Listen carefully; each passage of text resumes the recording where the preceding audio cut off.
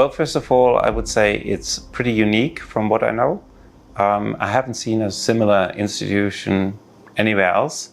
I think the combination of science education is really very unique, and also the social aspect of, helping people in the world who have perhaps not exactly the same quality of access is also very unique. I think, first of all, I love the campus here.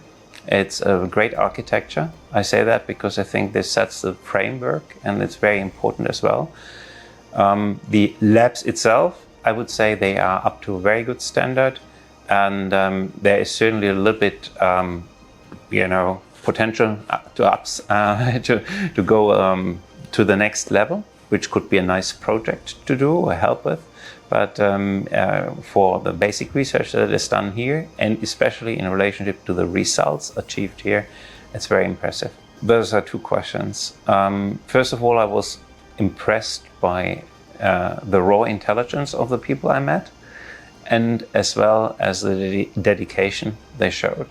That was really lovely to see, and I think it very well fits with the mission of the Institute that there should be a kind of curiosity, scientific curiosity should be created already early in life, and I think this has really kind of like a lot of potential. An absolute crucial question.